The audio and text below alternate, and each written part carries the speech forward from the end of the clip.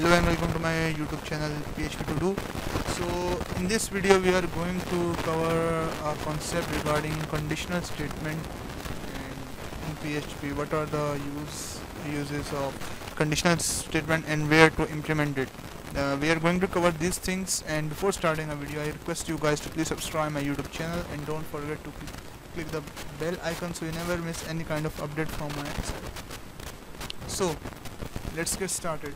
So if you have studied any kind of programming language previously, then you must know that what is the use of conditional statement and what is the role of conditional statement in any programming language.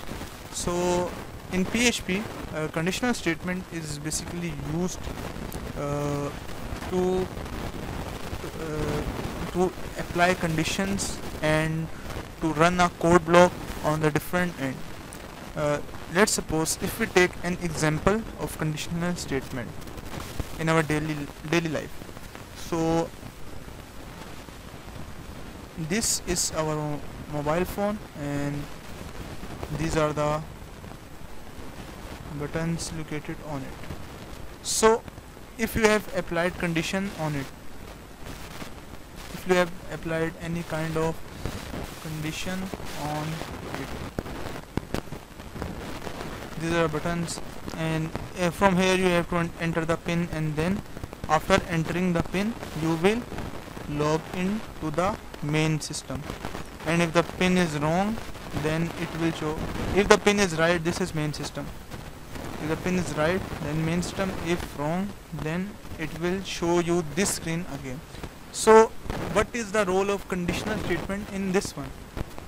It is telling us that if the user enter, the concept is very simple. You have to just understand what is the flow of the work.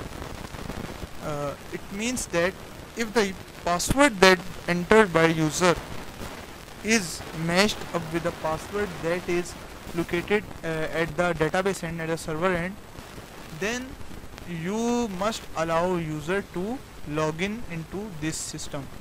And in the case the password is wrong, then you must pull him back and show this screen that re-enter your password. So this is the total formula and total concept of conditional statement. So let's go through some practicals. First you have open your Microsoft Visual Studio Code Editor, then you open the folder htdocs, and there you go, and there you have to open PHP practice and select the folder. It is open, and we will also reveal in Explorer, and okay, the file has been made, and in this one we have to search this one. So PHP practice is already open, and now we are going to apply conditional structure. If let's suppose I have a variable that is n and it is equal to 56, and now I am putting the condition if. Conditional structure start like this, if, and now you have to put the condition if $n is greater than 62, then you have to echo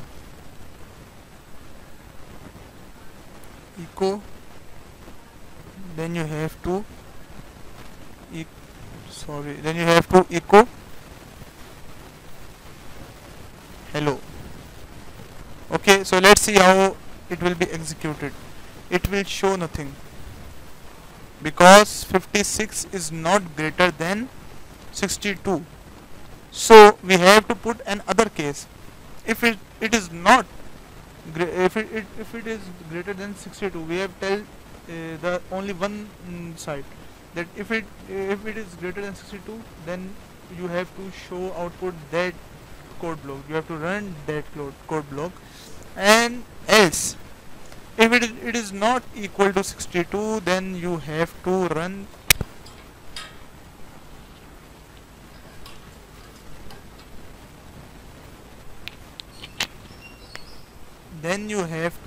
this code block, that is echo